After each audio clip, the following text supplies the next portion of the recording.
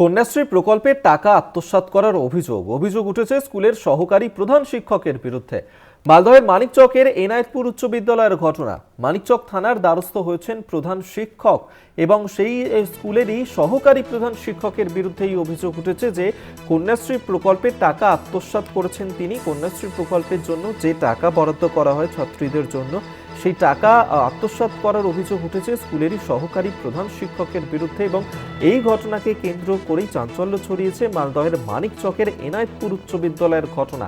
ইতিমধ্যেই স্কুলের প্রধান শিক্ষক তিনি মানিকচক থানার দ্বারস্থ হয়েছেন। এই সংক্রান্ত বিষয় নিয়ে ইতিমধ্যেই তদন্ত শুরু করেছে পুলিশ। যে অভিযোগ স্কুলের সহকারী প্রধান শিক্ষকের বিরুদ্ধে উঠেছে অত্যন্ত গুরুতর অভিযোগ। কন্যাশ্রী প্রকল্পের টাকা আত্মসাৎ করেছেন এমনই অভিযোগ উঠেছে স্কুলের সহকারী প্রধান শিক্ষকের বিরুদ্ধে এবং এই ঘটনায় যাতে সঠিক তদন্ত করা হয় তার বিরুদ্ধে অভিযোগও জানানো হয়েছে থানাতে। মানিকচক থানাতে অভিযোগ জানিয়েছেন স্কুলেরই প্রধান শিক্ষক।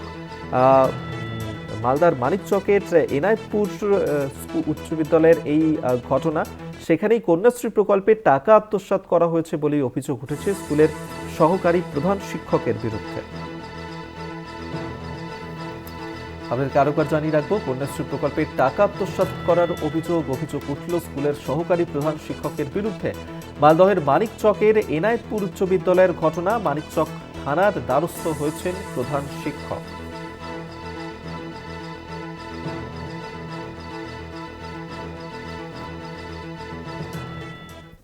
তো আমরা আমাদের বয়স 17 হয়েছিল, তো আমরা স্যারকে বলে স্যার আমাদের চেক করে নিত।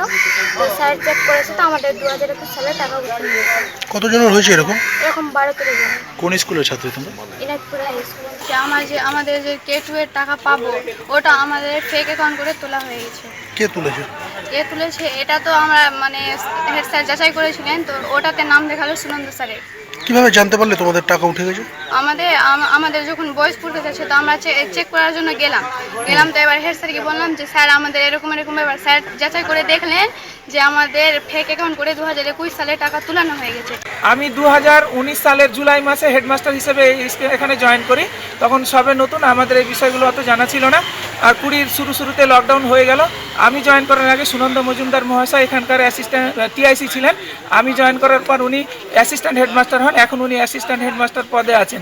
উনি 2022-এর মাঝামাঝি পর্যন্ত কিন্তু সমস্ত স্কলারশিপ এবং কন্যাশ্রী পোর্টালের নোডাল টিচার এবং দায়িত্বে ছিলেন।